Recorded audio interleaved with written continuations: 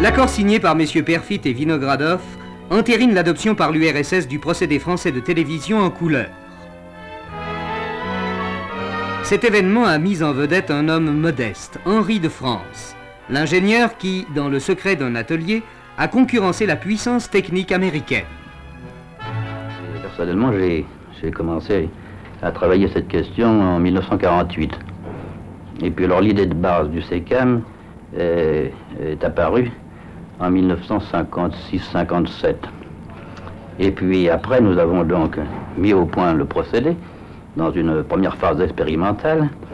Et puis ensuite, la compagnie française de télévision a poursuivi l'effort dans le sens du développement, auquel bien entendu j'ai participé, mais a été axé sur une réalisation industrielle du procédé. C'est donc dans ce petit atelier de Levallois que commença une aventure dont l'enjeu est aujourd'hui considérable. Un morceau de métal de 15 francs, la ligne à retard, est sans doute le secret de la perfection du système français qui est peut-être aujourd'hui à la veille de conquérir l'Europe.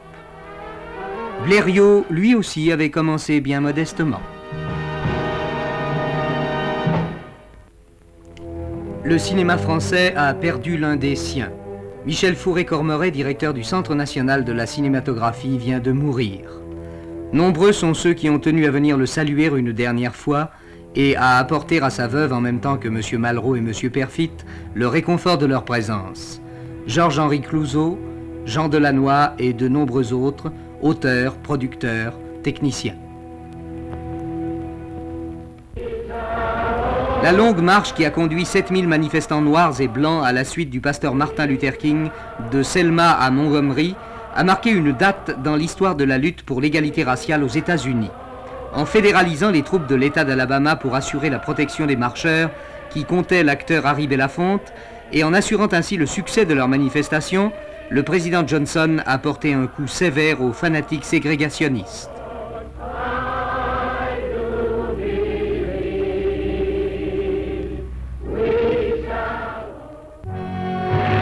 Au Cameroun, où M. Ahidjo sollicitait le renouvellement de son mandat, les élections présidentielles se sont déroulées au suffrage universel direct. Pour la première fois, fait exceptionnel, le candidat bénéficiait du soutien des partis d'opposition. La réélection de M. Ahidjo à l'unanimité du corps électoral ne faisait donc aucun doute.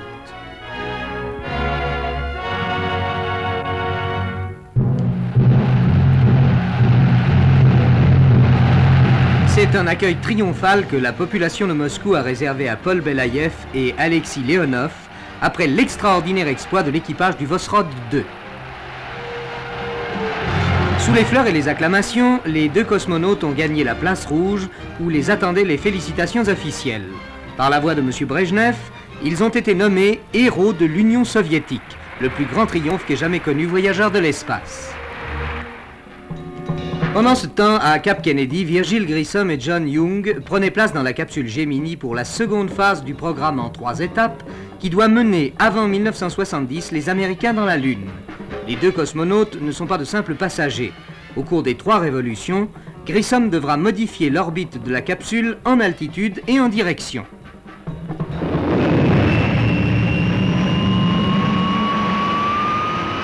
Le président Johnson a suivi attentivement le vol et a pu voir la destruction du dernier étage de Titan avant le placement de la capsule sur orbite.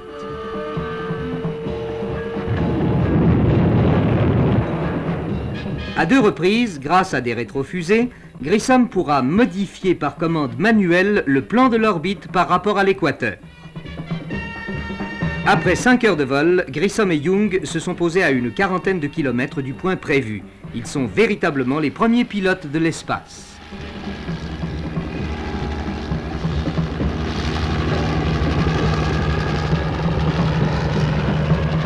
Quant à Ranger 9, au terme d'un vol de 380 000 km, il a pu photographier en détail le volcan Alphonse avant de s'écraser sur la Lune. En 16 minutes, 6000 clichés d'une qualité étonnante seront reçus.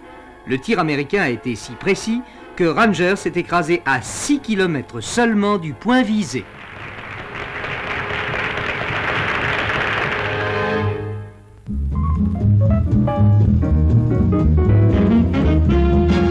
Rien à déclarer? Avant d'être admis à prononcer cette phrase que redoutent bien des honnêtes gens, il faut avoir fait un stage de 5 ou 6 mois à l'école des brigades des douanes installée à Montbéliard.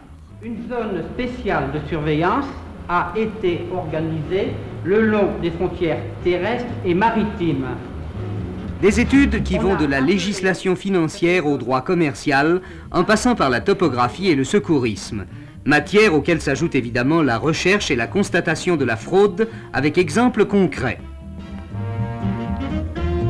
Car le plus banal accessoire de la panoplie du voyageur peut réserver des surprises. C'est une question de flair, de bon sens et de psychologie. A priori, tout est suspect. Dans une caravane, cette bouteille de butane pouvait sembler normale. Et pourtant, elle contenait 300 chronomètres en or.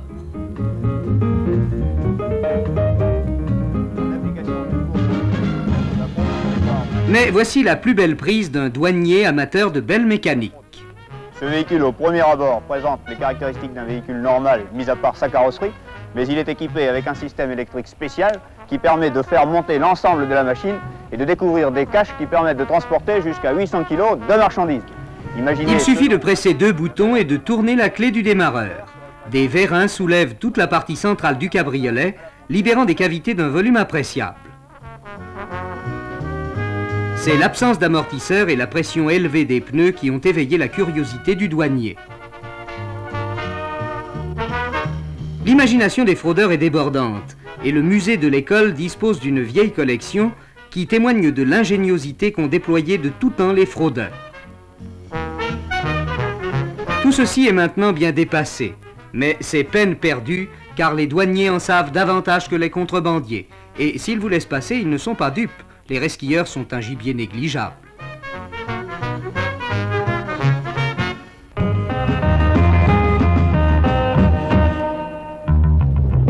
C'est le départ du grand massacre de Liverpool, un calvaire de 7200 mètres pour les 47 concurrents, chevaux et jockeys.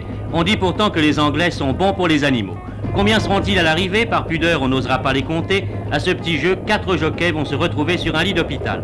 Remarquez bien que dans le même temps, on s'est aussi offert un festival de cabrioles à Colombes au cours du match France-Galles. C'est moins spectaculaire évidemment que des sauts d'obstacles. Il est vrai que les rugbymen se comparent plus volontiers à des bestiaux qu'à des chevaux de course. Pour peu spectaculaire qu'elle soit, la chute de Cabanier dans l'Embu gallois marque le début du triomphe français. Un triomphe paraphé pour une bonne part par les frères Boniface qui crèvent l'écran. Guy numéro 13 lance André numéro 12, fin de passe à gauche sur l'ailier et hop, André renvoie à Guy qui s'engouffre vers l'embut comme dans un boulevard. Herrero n'a plus qu'à cueillir un ballon en or, ciselé par le duo Boniface.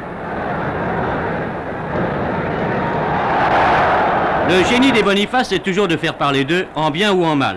Sur cette attaque, tous les joueurs français ou presque vont toucher la balle. Prost, Gachassin et encore Guy Boniface. Ce sera son deuxième essai sur les 4 marqués par la France au cours du match. Maintenant, c'est le mauvais quart d'heure des Français qui commence. Entre-temps, il est vrai, ils ont porté la marque à 22-0. Et on se demande encore ce qu'il serait advenu des Gallois si l'abandon impromptu de l'arbitre n'avait coupé bras et jambes à l'équipe de France pendant quelques minutes. C'est probablement grâce à cela que le pays de Galles a limité les dégâts en terminant la partie sur le résultat de 22-13.